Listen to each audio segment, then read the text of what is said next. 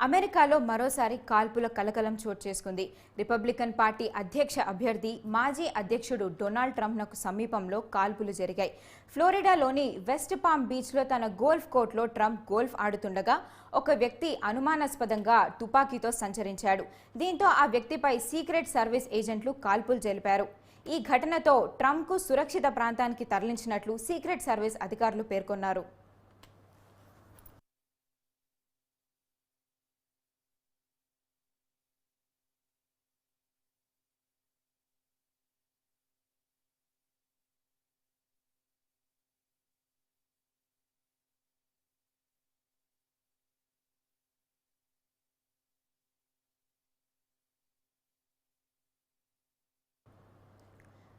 ట్రంప్‌కు golf ఆడే అలవాటుంది. అప్పుడప్పుడు ఉదయం నుండి మధ్యాహ్న భోజనానికి ముందు వరకు వెస్ట్ పామ్ బీచ్లోని తన గోల్ఫ్ కోర్టులో గడుపుతారు. ఎన్నికల ప్రచారం ముగించుకొని ఫ్లోరిడా చేరుకున్న ఆయన ఆదివారంలో గోల్ఫ్ ఆడుతుండగా గోల్ఫ్ క్లబ్ వద్ద ఒక వ్యక్తి ఆయుధంతో సంచరించాడు. ఆ సమయంలో గోల్ఫ్ కోర్టును పాక్షికంగా మూసివేసి ఉంచారు.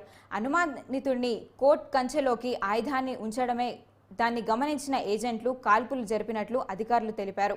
దీంతో సదరు వ్యక్తి ఒక ఎస్యూవీలో పారిపోయాడని పోలీసులు వెంబడించి అతన్ని పట్టుకున్నట్లు చెప్పారు. ఘటనా ప్రాంతంలో AK-47 మోడల్ వంటి తుపాకీని స్వాధీనం చేసుకున్నట్లు పోలీసులు తెలిపారు. ఈ ఘటనలో ఎవ్వరికీ ఎలాంటి గాయాలు కాలేదు. అయితే ట్రంప్ను హత్య చేయడానికే దుండగుడు వచ్చినట్లు పోలీసులు పేర్కొన్నారు. ఈ ఘటనపై సీక్రెట్ సర్వీస్ అధికారులు దర్యాప్తు చేపట్టారు.